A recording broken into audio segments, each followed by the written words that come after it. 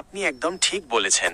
Oman সরকার সম্প্রতি প্রবাসী কর্মীদের জন্য একাডেমিক এবং পেশাগত সনদ, সার্টিফিকেট, যাচাইকরণ বা ভেরিফিকেশন প্রক্রিয়া আগের চেয়ে অনেক বেশি কড়াকড়ি করেছে।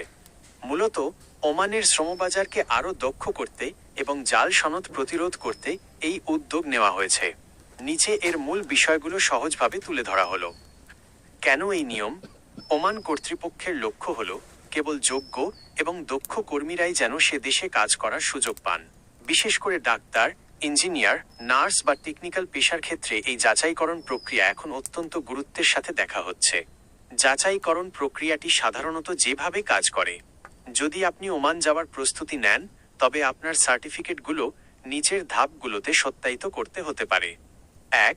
শিক্ষা বোর্ড ও বিশ্ববিদ্যালয়। প্রথমে আপনার মূল সনদটি সংশ্লিষ্ট শিক্ষা বোর্ড বা বিশ্ববিদ্যালয় থেকে যাচাই করতে হবে। ২. শিক্ষা মন্ত্রণালয় ও পররাষ্ট্র মন্ত্রণালয়। এরপর বাংলাদেশের শিক্ষা মন্ত্রণালয় এবং পররাষ্ট্র মন্ত্রণালয়, ফরেন মিনিস্ট্রি থেকে সত্যায়ন করাতে হবে। ৩. ওমান দূতাবাস।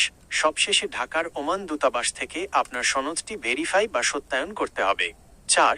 Data flow verification. অনেক ক্ষেত্রে, বিশেষ করে স্বাস্থ্যসেবা পেশাজীবীদের জন্য, ডাটা ফ্লো নামক আন্তর্জাতিক থার্ড পার্টি এজেন্সির মাধ্যমে সনদ যাচাই করতে হয়। গুরুত্বপূর্ণ বিষয়সমূহ: পেশাগত সনদ। আপনি যে কাজের জন্য যাচ্ছেন, যেমন ইলেকট্রিশিয়ান, প্লাম্বার বা মেকানিক, সেই কাজের অভিজ্ঞতা বা কারিগরি সনদ যাচাই করা হতে পারে। খরচ ও সময়। এই প্রক্রিয়াটি সম্পন্ন করতে নির্দিষ্ট পরিমাণ সরকারি ফি লাগে এবং কিছুটা সময়ের প্রয়োজন হয়। তাই শেষ মুহূর্তের অপেক্ষা না করে আগেভাগেই শুরু করা ভালো। ভুল তথ্য থেকে সাবধান। কোনো দালালের মাধ্যমে ভুয়া সনদ তৈরি করবেন না, কারণ ধরা পড়লে বড় অঙ্কের জরিমানা, জেল, এমনকি আজীবনের জন্য ওমান প্রবেশে নিষেধাজ্ঞা আসতে পারে। আপনি কি নির্দিষ্ট কোনো পেশার জন্য ওমান যাওয়ার কথা ভাবছেন? জানালে আমি সেই পেশার জন্য প্রয়োজনীয় ডকুমেন্টস সম্পর্কে আরও বিস্তারিত তথ্য দিয়ে আপনাকে সাহায্য করতে পারি।